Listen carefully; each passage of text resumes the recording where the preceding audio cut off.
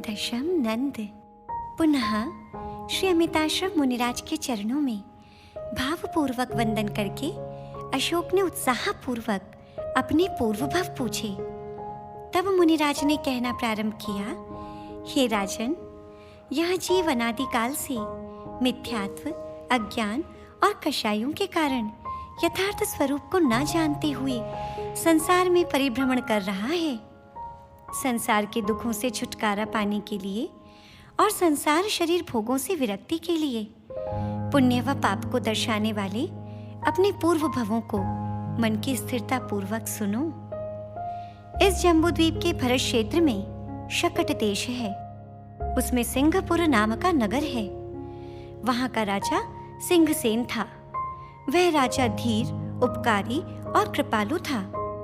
वह सिंह के समान विक्रमी, हंस के समान न्यायप्रिय, सुप्रसिद्ध, धर्म कार्यों में लीन रहने वाला और अपनी प्रजा के लिए श्रेष्ठ पिता के समान था। उसकी कनक प्रभा नामक प्राण वल्लभा थी।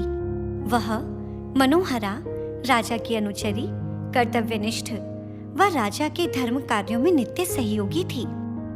उनके अति दुर्गंधित देह से युक्त पूतिगंध नामक पुत्र था, जो अपने पाप के फल को भोगने वाला, दुर्भग, अत्यंत आक्रंदन करने वाला एवं असहिष्णु था।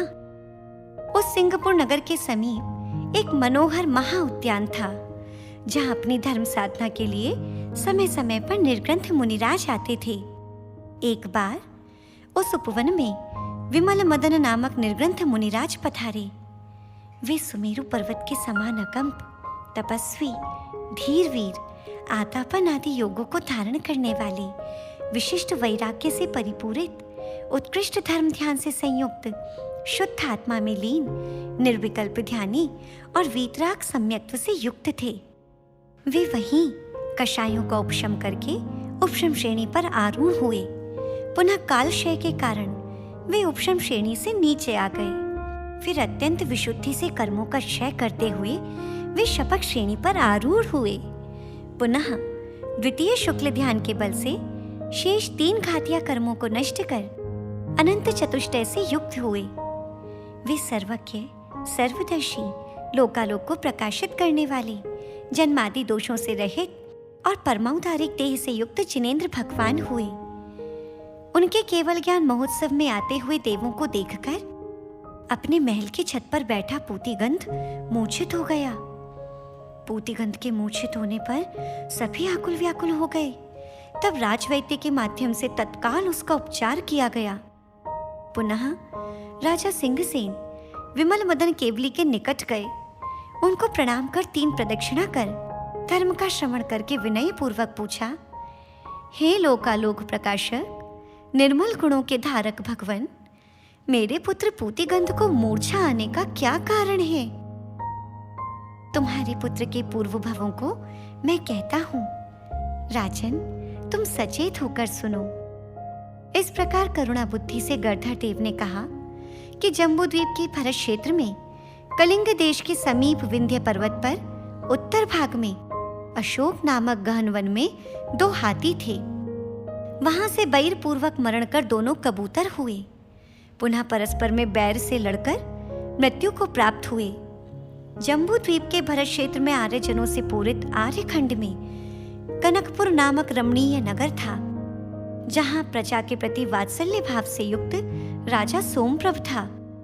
उस राजा सोमप्रभ की मधुर भाषणी, चित्त का हरण करने वाली रानी सोमश्री थी। उस राजसभा में राजा के गुणों में अनुरक्त, बहुत शास्त्रों में पारंगत, विवेकवान और धर्मिष्ठ पुरोहित सोमभूति था। सोमभूति की सोमिला नामक प्रिय भार्या थी, जो पति के गुणों में अनुरक्त और शीलवती थी। उनके सोम शर्मा और सोमदत्त ये 2 विद्वान पुत्र थे। वे स्तंभकारी, श्वेतकारी नामक हाथी क्रमशः बहुत सी पर्यायों को धारण कर पूर्व बैर से मृत्यु को प्राप्त कर ये ही पुरोहित के पुत्र सोमदत्त और सोम शर्मा हुए। उनका प्रिय और मनोहर सोमदत्त नामक पुत्र अपने माता पिता के संस्कारों से धर्मिष्ठ एवं सभी सम्यक विद्याओं व कलाओं में कुशल था, जबकि उनका सोम शर्मा नामक पुत्र रौद्र ध्यान से संयुक्त, कलह प्रिय, दुष्ट, धर्म मार्ग का विध्वंस करने वाला एवं करुणा आदि श्रेष्ठ गुणों से रहित था। सोम शर्मा की सुकांता नामक भार्या थी, जो मूढ़ स्वभाव की व पापी थी। वह धर्म ध्यान को छोड़कर अपने पति को वश करने में तत्पर रहती थी। वह सुकांता धर्म से विपरीत और मलिन चित्त होने से संदिग्ध आचरण वाली थी। सोम शर्मा का स्वभाव उच्छृंखल और स्वच्छंद था। सोमदत्त की पत्नी लक्ष्मीमती थी। वह चंचल चित्त वाली और धर्म संस्कार से विहीन थी। उसकी प्रवृत्ति शंकित थी, जबकि विशेषता यह है कि सोमदत्त भद्र परिणामी, मर्यादा का रक्षक और धर्मिष्ठ था। वह अपनी पत्नी के मनोभावों को जानने में समर्थ नहीं था। एक दिन सोमभूति पुरोहित का देहावसान होने पर राजा ने पुरोहित का पद उसके पुत्र सोमदत्त को दे दिया, जो अपने कर्तव्यों में निष्ठावान, न्याय नीति में कुशल, राज्य के हित की आकांक्षा करने वाला और बहुत गुणों से युक्त था।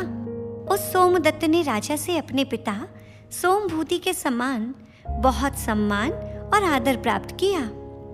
राजा धर्म और राज्य के कार्यों में उससे पूछकर निर्णय करता था। सोम शर्मा की स्त्री, जो मूढ़ प्रकृति की थी, वह प्रतिदिन सोमदत्त से कहा करती थी, हे भाई, तुम्हारी स्त्री लक्ष्मीमती दुराचार से युक्त है।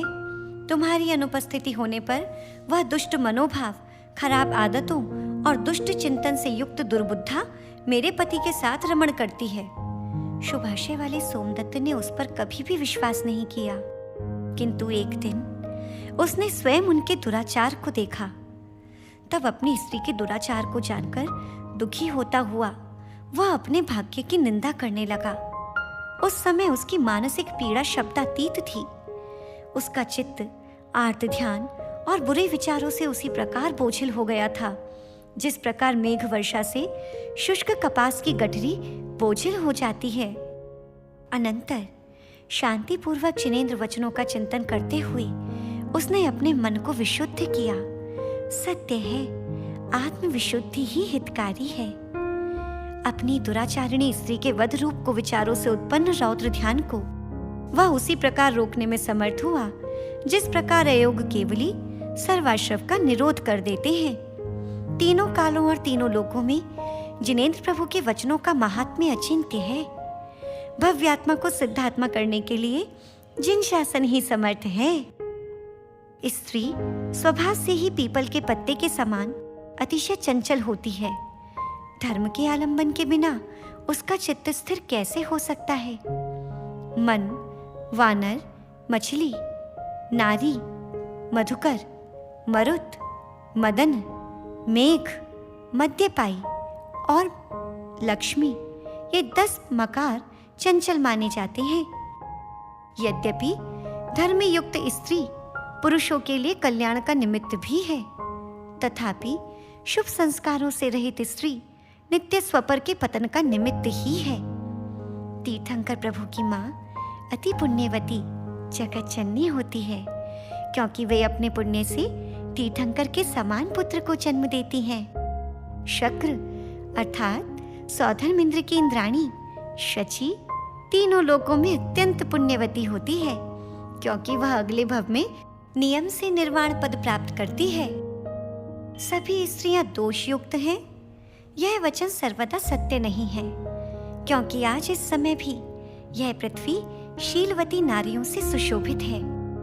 यह शरीर रोग से युक्त है, मोह की वृद्धि करने वाला है, और यह मोह ही संसार है।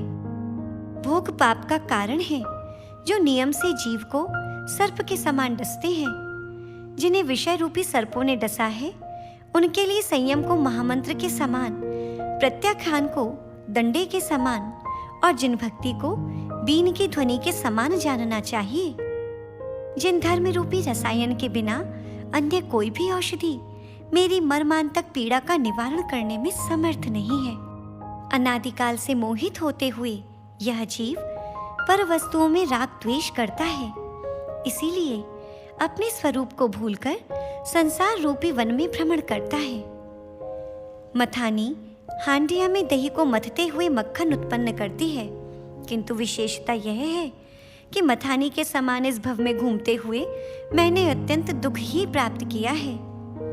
मेरी आत्मा का स्वभाव पुद्गल आदि अन्य द्रव्यों से पृथक है, किंतु अज्ञान व मिथ्यात्व के कारण मैं उसे जानने में असमर्थ रहा। यदि अपनी स्त्री के निमित्त से मैं अपने अशुभ भाव करता हूँ तो नियम से संसार सागर में डूब जाऊंगा और मेरा यह अमूल्य भव नष्ट हो जाएगा। अपने मनुष्य भव के उत्थान के लिए मुझे अशुभ निमित्तों को छोड़कर व शुभ निमित्तों को स्वीकार कर अपने भाव सदैव शुभ और विशुद्ध करने चाहिए। अपने कल्याण के लिए हिंसादि पापों का त्याग कर अहिंसा आदि 5 महाव्रत, 5 समिति, 3 गुप्ती और 12 तप ग्रहण करने चाहिए। संसार के अनेक मिथ्या मत और धर्म इस जीव के संसार परिभ्रमण में कारणभूत हैं। प्रत्येक हितार्थी के लिए मात्र जन शासन ही परम शरण है। वीतरागी जिनेंद्र देव और निर्ग्रंथ गुरु के बिना जिन वचनों का बोध नहीं हो सकता और जिन शासन के छत्र छाया भी प्राप्त नहीं हो सकती। इंद्रिय विषय दुखद, नाशवान और मन को अनुरंजित करने वाले होते हैं एवं ये शरीर व्याधियों का मंदिर है, तब जीव इनमें रंजायमान क्यों होता है? इस दुख से भरे हुए संसार रूपी सागर में ना तो किंचित सुख है और ना सार। तीनों काल व तीनों लोकों में वैराग्य ही सारभूत है। वैराग्य के बिना चित्त में रत्नत्रय की उत्पत्ति नहीं होती। वैराग्य वीतरागता का जनक है, अतः भव्यों को वैराग्य का चिंतन करना चाहिए। यद्यपि वह स्त्री कुल को कुलंकित करने वाली, धर्म और मर्यादा को भंग करने वाली दुराचारिणी है, तथापि मैं उसे अपने कल्याण में निमित्त मानता हूँ, क्योंकि वह संसार के स्वरूप को जानने और मेरे वैराग्य का कारण है। अहो, मैं निकट भव्य हूँ, अन्यथा अशुभ निमित्त से शुभ करने में कौन समर्थ होता है? यद्यपि इस वृत्तांत से मूर्ख व्यक्ति क्रोध से अपने वैराग्य को नष्ट कर स्वपर घात करता हुआ दुर्गतियों में जा पड़ सकता है, तथापि यह वृत्तांत मेरे लिए कल्याण का निमित्त होगा। उचित ही है, बिना निमित्त के कोई भी स्वपर हित करने में समर्थ नहीं होता। इस प्रकार चिंतन करता हुआ संसार के स्वरूप को जानकर संसार शरीर भोगों से विरक्त होकर वह परम वैरागी धर्मचित्त सोमदत्त श्री धर्मसेन मुनिराज के समीप में गया। वह चित्त में वैराग्य को उत्पन्न करने वाला, यथार्थ बोध को कराने वाला, सर्व पापों का क्षय करने में समर्थ श्री मुनिराज का उपदेश सुना। पुनः संसार की अनादिकालीन संतति को नष्ट करने और सर्व कर्मों से छुटकारा दिलाने में समर्थ कल्याणकारी दैगंबरी निर्ग्रंथ दीक्षा ग्रहण की। उचित ही है, अनादिकालीन संसार की परंपरा के नाश के लिए, सर्व कर्मों से छुड़ाने के लिए एक यथाजात निर्गंबर निर्ग्रंथ दीक्षा ही समर्थ है। जब राजा सोमप्रभ को सोमदत्त की दीक्षा का समाचार ज्ञात हुआ, तब पुरोहित पद के रिक्त होने पर उन्होंने सोमदत्त के भाई सोम शर्मा को ही उसके पद पर प्रतिष्ठित कर दिया। उचित है, यदि अपने स्वामी की कृपा से गुणहीन नर भी उच्च पद को प्राप्त कर ले, तो वह अपने कर्तव्य का पालन करने में कभी समर्थ नहीं होता। जैसे रत्नों के आभूषण पक्षियों या हरिण, सिंह आदि पशुओं के सुख वृद्धि का कारण नहीं होते, बल्कि वे कुतूहलवश उन्हें नष्ट कर देते हैं, वैसे ही सोम शर्मा भी पद को प्राप्त करके सदैव शुभ, प्रशस्त और पुण्य कार्यों में विघ्न उत्पन्न करता रहता था। सही कहा है, दुर्जन पुण्य कार्य से विमुख होते हैं। अहंकार के वशीभूत वह सोम शर्मा स्वच्छंद प्रवृत्ति करता हुआ धर्म विमुख रहता था। वह अविवेकी धर्म विपरीत कार्य करने में तत्पर रहता था। एक बार राजा सोमप्रभ ने शकट नामक देश के राजा वसुपाल के पास अपना विश्वस्त राजदूत भेजा। राजदूत से राजा सोमप्रभ ने जैसा कहा था उसने वैसे ही प्रस्तुत किया। हे राजन, शुभ संधि रीति से आप मुझे त्रिलोक मंडल हाथी दे दें, अन्यथा युद्ध के लिए तैयार हो जाइए। यह सुनकर वसुपाल राजा ने कहा, यद्यपि मैं छोटा राजा हूं, किंतु स्वतंत्रता हमारा अधिकार है। हम तुम्हारे अहंकारी राजा को कभी प्रणाम नहीं करेंगे। मैं कायर नहीं हूं, तुम्हारे राजा के लिए मैं एक कौड़ी भी नहीं दूंगा। यदि वे युद्ध चाहते हैं तो करें। राजा वसुपाल के इन वचनों को सुनकर राजा सोमप्रभ बहुत क्रोधित और चिंतित हुआ कि मेरे से लघु स्थान पर स्थित राजा भी मेरी आज्ञा का पालन नहीं करता। अतः प्रतीत होता है कि उस राजा वसुपाल का मृत्युकाल निकट है। आज्ञा के उल्लंघन का फल क्या होता है, यह मैं उस राजा को दिखाऊंगा। तभी राजा सोमप्रभ ने मंत्रिमंडल, सचिव, महामात्य, पुरोहित और सेनापति आदि को बुलाया। राजा वसुपाल द्वारा की गई अभिनय व उसकी दुष्टता के लिए शकट देश पर आक्रमण करने हेतु वे सभी अस्त्र शस्त्रों से युक्त होकर उत्साहपूर्वक तत्पर थे। अल्प समय में ही संपूर्ण सेना युद्ध के लिए तैयार हो गई। कनकपुर नगर के बाहर अल्पकाल के लिए पूरी सेना ठहरी। वहां समीप में शुभ ध्यान में संलग्न, निर्द्वंद, मान से रहित, परिग्रह से वर्जित, भेद विज्ञानी सोमदत्त नामक महामुनिराज प्रतिमा योग से स्थित थे। उनको देखकर मूर्ख सोम शर्मा जलते हुए कोयले के समान बहुत क्रोधित हुआ और दोनों हाथों को जोड़कर राजा से निवेदन करने लगा, अहो पृथ्वी पालक, इन साधु के द्वारा अपशकुन होने से महा अनर्थ संभव है। मुझे कुछ अशुभ प्रतिभासित होता है। यदि आप सुख शांति चाहते हैं, अपनी प्रजा का क्षेम कुशलत्व चाहते हैं, युद्ध में जय लक्ष्मी चाहते हैं, तो आपको शीघ्र ही शांति कर्म करना चाहिए। हे राजन, सभी प्रकार के अनिष्ट के नाश के लिए एवं स्वपर शांति के लिए यहाँ पर स्थित इन नग्न साधु को मारकर उनका रुधिर सभी दिशाओं में फेंक दो।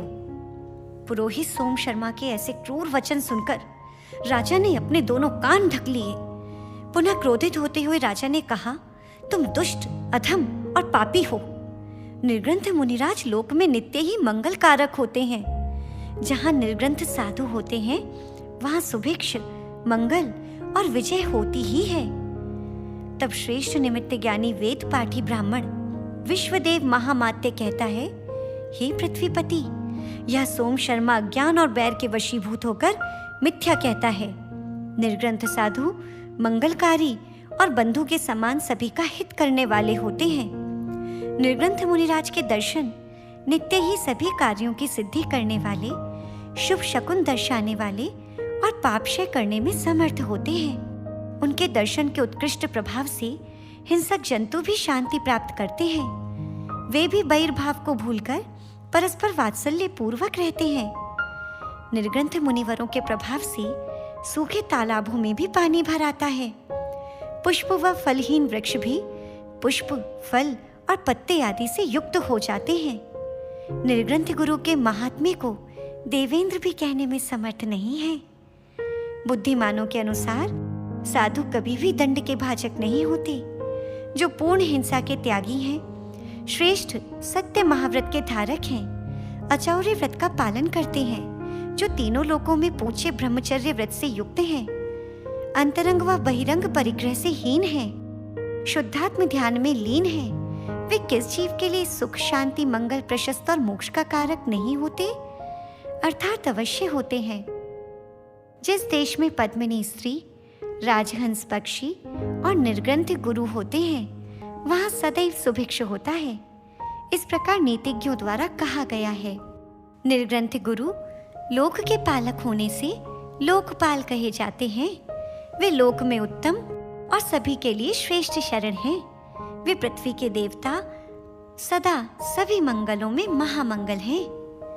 निर्ग्रंथ गुरु सभी दुखों का हरण करने वाले हैं। निर्ग्रंथ गुरुओं के दर्शन से दुर्भिक्ष, दुर्गति और पाप नष्ट होते हैं, ऐसा धर्म शास्त्रों में लिखा गया है।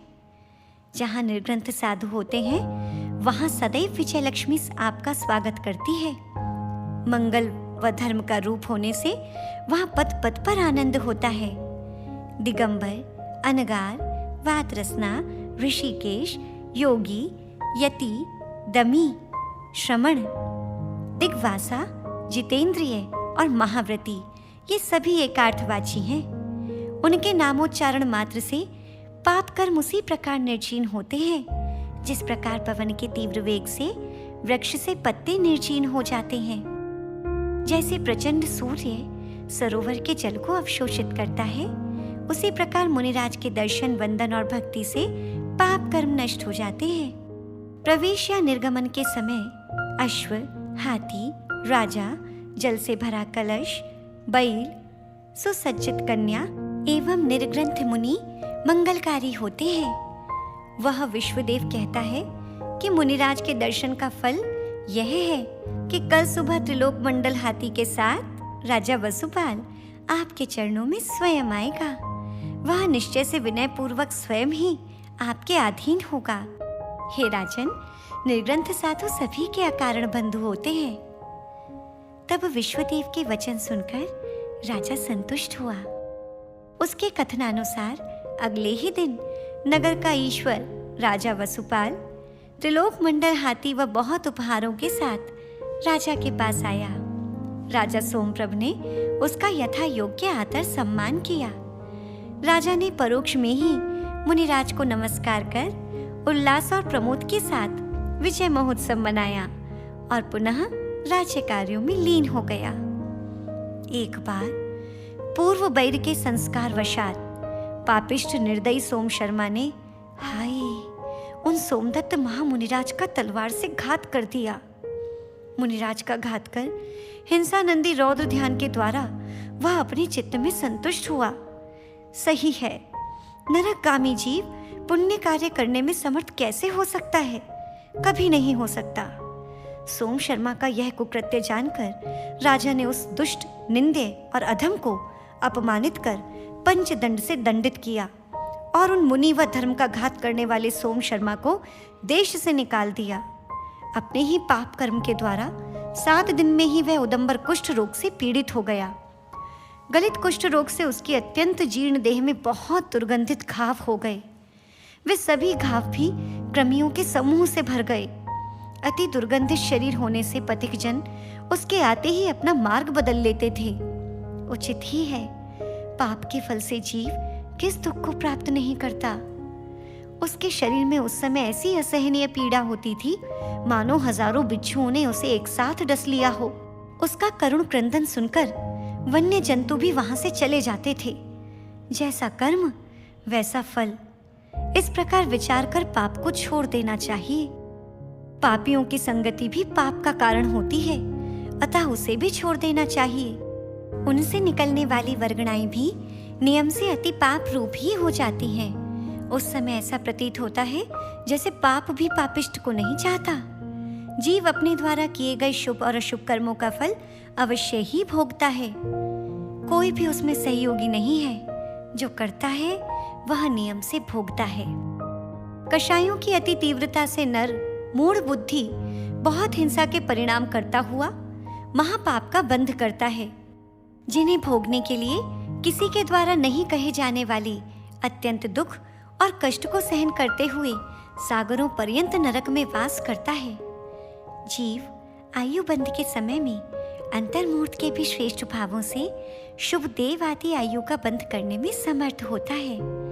हाय, वही जीव उस समय हिंसा आदि पाप में क्रूर परिणामों से अशुभ नरक आयु का बंध करता है, ऐसा श्रमणों के द्वारा कहा गया है। इस प्रकार परम पूज्य अभीक्ष्ण ज्ञानोपयोगी आचार्य भगवान श्री वसुनंदी जी मुनिराज द्वारा विरचित अशोक रोहिणी चरित्र नामक प्राकृत महाकाव्य में सोम शर्मा के भव अर्थात अशोक का पूर्व भव का वर्णन करने वाला 10वां नंद पूर्ण हुआ।